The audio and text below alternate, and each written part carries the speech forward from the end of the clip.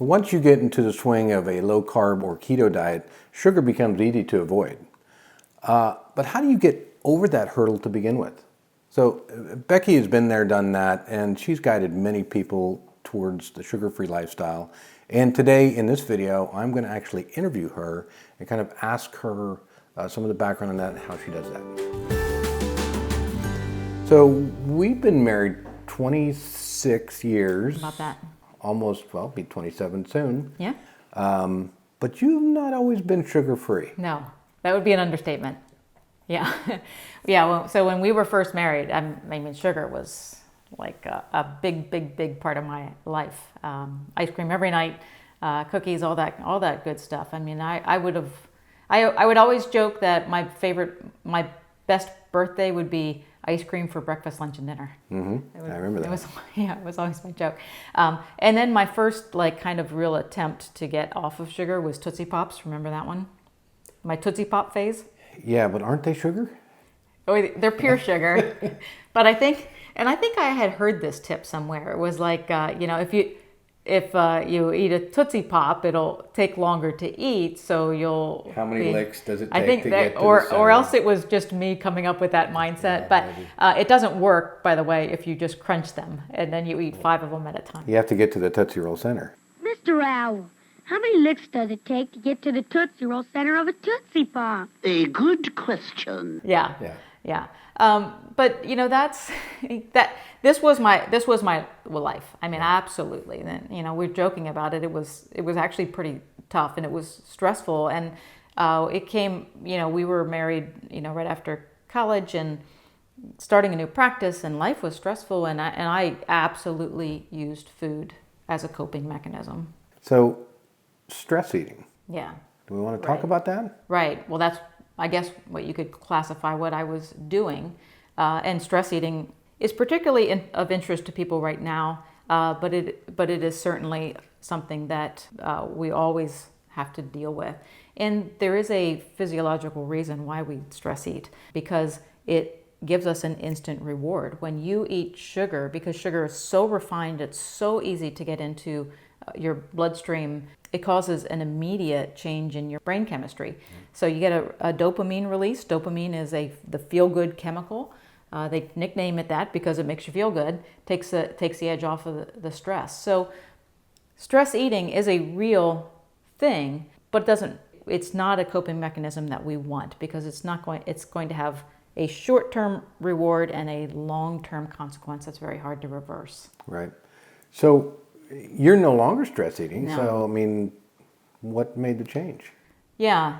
So, initially for me, it was a bit more of a gradual change. It was a gradual realization that I had to stop kidding myself. And, that just came through time. We were health professionals at this time. I was living kind of an incongruent life, as far as I would put it. I also got called out by a little boy, which we talked about in our video called Our Story, so we can point to that. A group of people there, and I was self-deprecating, saying something about, I can't lose weight, and this little boy, this little voice pops up in the middle of everything while it's quiet and says, "So you mean you're always going to be this fat?" But there was just those realizations that, I can't keep going on like this. So there's always got to be a reason, right? So that was maybe my initial reason, but today my reason would be more that I just don't want to lose ground. I was heavy because of all the sugar, and it was challenging. It took time and focus to get past that, and I don't want to have to go through that, and I don't have to if I can just control myself now. So there was that. So there's that realization. So when you stop eating sugar, I mean, is there something noticeable? Well, right away. Yeah, so that it's like the cruel joke of sugar, right? So when you decide and you make the commitment to give up sugar, you go through withdrawal. And it's a physical withdrawal. It's It's also a mental withdrawal, I would say. Physically, you feel worse before you feel better. That's the cruel joke of sugar. So give it up and you feel worse before you feel better. And the really catch on that is that if you want to feel better instantly, you take in more sugar. Well, it's like a drug. It is absolutely a drug. So you do have to understand that sugar withdrawal and sugar addiction is a real thing. But I'll tell you, there's also that mental side of giving up sugar. It was such a part of my identity when we were first married and before then, that I mourned giving it up. And I know that it feels silly for me to almost say that, but I did. Ice cream was what I did every single night. Right. Well, you mentioned that it was part of your identity that you had to kind of give up and move past, and I think that's where that mourning comes in, right? I mean, you've had to become a different person and leave this old person behind. Yeah. Because even your mom, would bring out the ice cream. Well, I know Becky wants some, And Becky did want some. Well, yeah. Probably still does. Probably still does. Yeah, but you're right. I remember and literally mourning the fact that I couldn't have ice cream every night. And it's not like ice cream made me feel good. I mean, I felt bloated. I'd have to unbuckle my pants, but I would still have it, right? So there's both a physical withdrawal and then there's a mental withdrawal as well. So here's some ways that I have found useful for myself and also people that I've coached to sugar-free. And the first is, add as you subtract. So one of the biggest things we do wrong when we want to go sugar-free is that we get a little disgusted with ourselves. We decide, this is it, I'm done eating sugar, and we cut it out of our diet. Well, then we realize how pervasive it was in our diet. It was making up 50% of our food intake or whatnot, and now we don't have anything to replace it. And if you don't have that plan to add something as you're subtracting that sugar, you're going to make it very challenging for yourself to stick on that path. So what do you add back in order to get past sugar? Well, you want to add things that are going to stabilize your blood sugar. So the two things that I find very helpful are just adding volume into your diet and adding healthy fats. Both very hunger satiating, and they're both blood sugar stabilizing. So you're not going to have that crash that gives you that intense, immediate need for something to eat. So one thing, I have the 0-1-2-3 strategy we've talked about on our channel before, and we'll point to it here. But basically what it is a way to get off of sugar and add back in these types of foods. So one of the one is having a large salad each day. Well, what does that do for you? Well, you've got lots and lots of leafy greens, which are extremely low in calories and carbs, but very high in volume and nutrients. Those are going to help stabilize your blood sugar and keep you from crashing. On that salad, you can put high-fat things. You can put nuts, seeds, feta cheese, or any type of cheese, avocado, things of that sort. You could do bacon, right? Any type of high-fat food is going to help you stay satisfied. So those types of things, adding as you're subtracting. Make sure that you have a plan to get good foods in that are going to stabilize your blood sugar as you're getting rid of the sugar. Another thing is have an immediate plan. We've talked about stoppers a couple of times.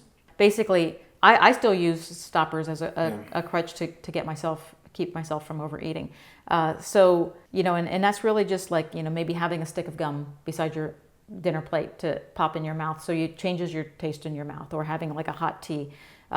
Or something like that right after dinner, for instance, so that you can have something to sip. So it gives your brain time to realize that you're no longer hungry. Right. And another thing that we have certainly done is getting junk food out of the house. Right. Yeah. I mean, there are moments of weakness for all of us, you and I included. And if we had some M&Ms or something sitting around, I mean, they'd be gone. Everybody has those moments. Your stress gets a little high, or things are a little frantic, and it's way too easy. Yeah, and I think that kind of parlays into maybe another tip, and it's just having the mindset that the craving will pass. All cravings pass, whether you satisfy it with junk food or you don't. Cravings are ebb and flows. They go up and they go down. They're hormonally charged. So they are going to lose their intensity whether you ate junk food or not. You can get past it and you'll be so much happier with yourself. Well, so let's talk about that. So how do you know that you've kind of turned the corner there? right? And that you are becoming, I don't want to say if you're not addicted to sugar, but you're at least less addicted, right? So how do you know? Yeah. So for me, I think one of the first aha moments that, wow, this is maybe turned the corner is that my love for that intense sweetness went away. So do you remember, like about a year or so ago, when we decided we were going to make chocolate chip cookie dough? A cheat day, yes. We used to make chocolate chip cookie dough. So this was the thing. We would make chocolate chip cookie dough. In fact, my daughter used to make chocolate chip cookie dough quite often. And these two would just eat the dough. I always liked having a baked cookie. Yeah. So this was always the battle of like how much of that is going to be turned into actual cookies. So we thought, let's make some chocolate chip cookie dough and some cookies and just kind of as a cheat night, just kind of relive the old times a little bit. Yeah. So when we did this, it was amazing how bad it tasted. They were horrible. It was gritty. Gritty. There was a weird aftertaste to the cookies. There was. It was just, yeah. But it wasn't that the cookie dough had changed. It was the same old recipe. It was that we had changed. It was our taste buds had changed. Yeah. And that does actually happen. Yeah. But we proved it to ourselves that day. We ended up throwing away, a couple dozen, 3 dozen cookies, which just pained me. I mean, dumping them in the trash. I mean, it's like, oh my gosh. Yeah, better in the trash than I know, but it's like, I used to love these chocolate chip cookies, and now I'm just throwing them away. And most of the, whatever was left of the dough, the cookie dough, we tossed out too. Yeah. But I think that was a good turning point in many ways, because it also empowered us that when you're out in, a social thing and there's cake or something like that, it made it a lot easier to say, that looks really good. I bet you it doesn't taste as good as I remember it. Yeah. It is going to suck sometimes. So when you have to say no to those things, yeah. I mean. Well, and maybe I can say that that's another turning point that I think that I experienced, and probably a lot of people have as well, is when you can go to a party and you can say, and they're handing out the cake and ice cream, and you can say, oh, no, thank you. And you live through it. You live through it, yeah. Well, it's a bummer. It's a bummer. I mean, I love like birthday sheet cakes. I mean, I always have. I like lots of frosting. I get the corner pieces, and being offered that and saying no, it is definitely kind of a bummer. But I know, I'm not going to feel good. Right. I guess I was getting at like the mental side of that. Like, it's you don't want to be called out. Oh, are you on a diet? Right. Yeah. Be called out, but yet you make it through. And now our family, like, I mean, they know. Well, half of them now are sugar free themselves, right? That's true. Yeah. But you did say that sometimes it stinks. Oh, do you want to share the story about when we were out to visit your mom? Yeah. So we recently went to low-carb Denver, and then on the way home we spent a couple of days in Nebraska with my mom. Saw some of my family, and we were out to breakfast at a restaurant, kind of a pretty well-known restaurant, but they have a bakery case. And the waitress came to our table and said, "Hey." This is right at the beginning when everything is starting to shut down. Right. So they were getting their business was slowing down, and they didn't know, I think, if they were going to be even making all this stuff again. But she said, "Would you be willing to take some pies and muffins home?" Yeah. Because we're giving them away. Yeah, they were like begging us to take this stuff home with us. Pies and muffins. Yeah, entire pies they were giving away. So we looked at each other and we're like, this stinks. Really? It did. Timing wise, come on. Yeah, yeah, and we didn't eat. Now the other people in our party took some stuff. Oh, they had big bags of stuff. Oh yeah, they were very generous. Yeah. But we were traveling too. We would have felt horrible.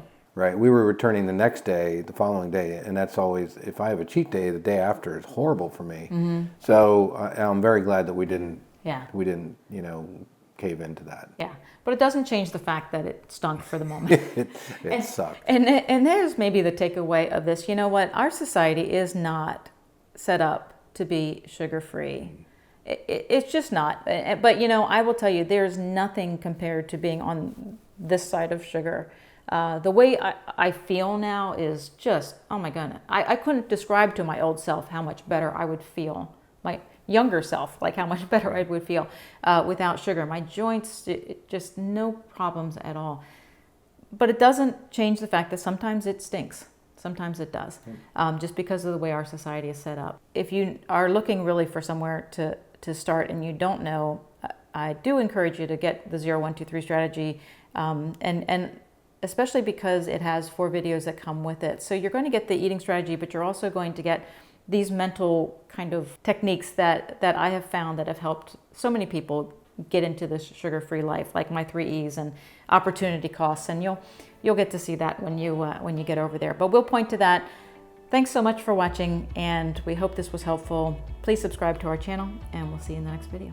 See ya.